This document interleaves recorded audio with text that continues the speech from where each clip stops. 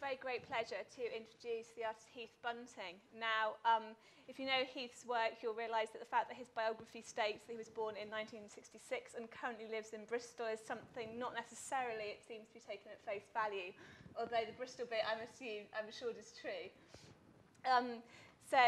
He's the founder of Irrational.org and an important figure in the emergence of 1990s net art, and a member of a new term I learned, the digerati, no less, which means the superstars of the digital art world. In an interview, he quotes his three specialisms as art, computers, and political activism.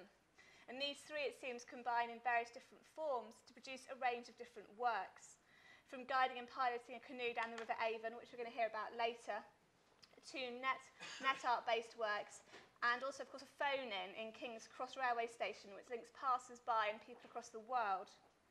In 1997, his work was part of the 10th Documenta, and in 2002, he exhibited at the Tate. And for those of you who know his website, there is a huge archive of work you can follow up on there. And as the way these things go, you click one thing and it proliferates into many other. So it's really interesting exploration of its own way. Across the different forms of work, Heath's practice explores the creation of open and democratic systems, modifying and deterring existing social systems and communications technology, and in doing so, I think, forming interesting and different versions of community and space. Transgressing, but also, of course, inscribing territories and boundaries, and importantly, exploring these. So, thank you very much. Thank you. Hi, thanks for coming. Okay, I'll run through four projects reasonably quickly. It's about 20 minutes or so. Yeah. So the four projects I will present briefly will be the one that's mentioned already, the canoe pilot, food for free, mapping, day planning, and finally the status project.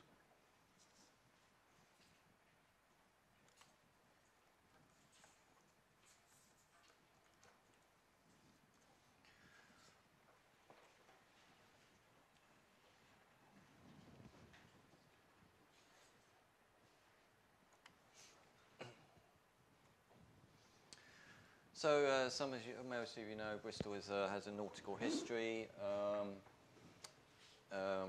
This kind of all fell apart, and Bristol's kind of reinventing itself post-industrially as a leisure and kind of good place to live.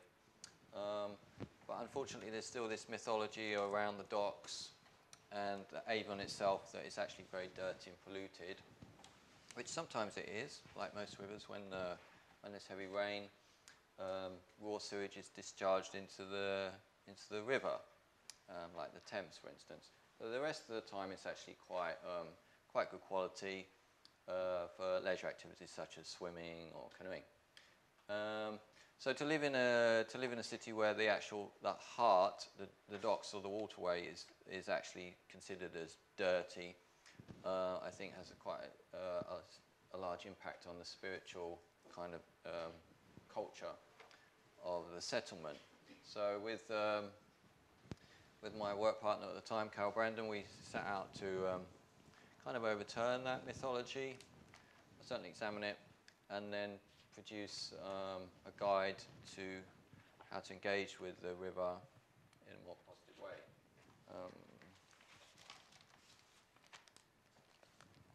Show you some pictures. So this picture of me, as you can see, it's very muddy there. That's another deterrent for people. Mud is generally considered quite dirty. Let's see.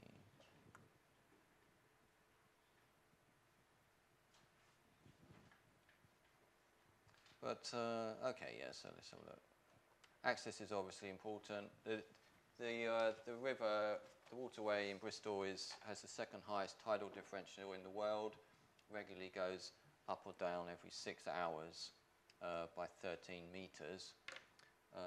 In its wake, it leaves quite a lot of mud and silt behind, which you can sink into. Anyway, to navigate to navigate this kind of challenging water environment, you really need to be quite punctual with the elements, not just the weather, but also, as I said, the currents, the freshwater current, which is attempting to constantly flow out to sea, but is often pushed back by the seawater. And then, of course, the tide. So we started to develop plans with a resolution of about 10 minutes for leaving the docks and going out with the tide, reaching the sea, the estuary at low water, resting, and then waiting for the tide to turn, and then being brought back to the city. So we produced also a booklet.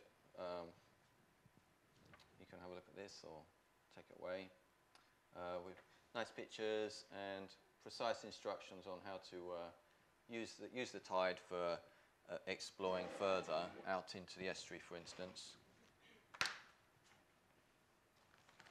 So here's one of the original maps. You can look at that as well.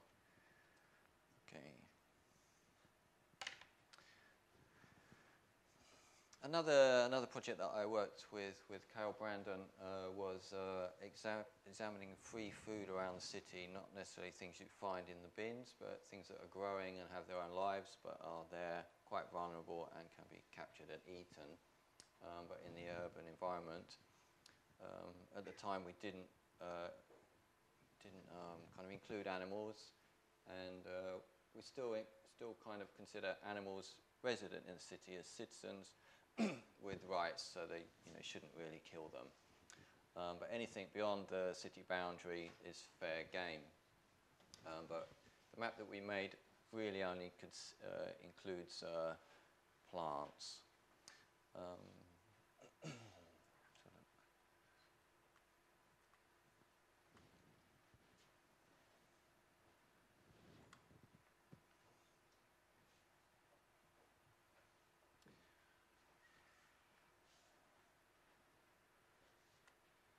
So one of the surprises for me in becoming more mature as an artist is that your projects take longer.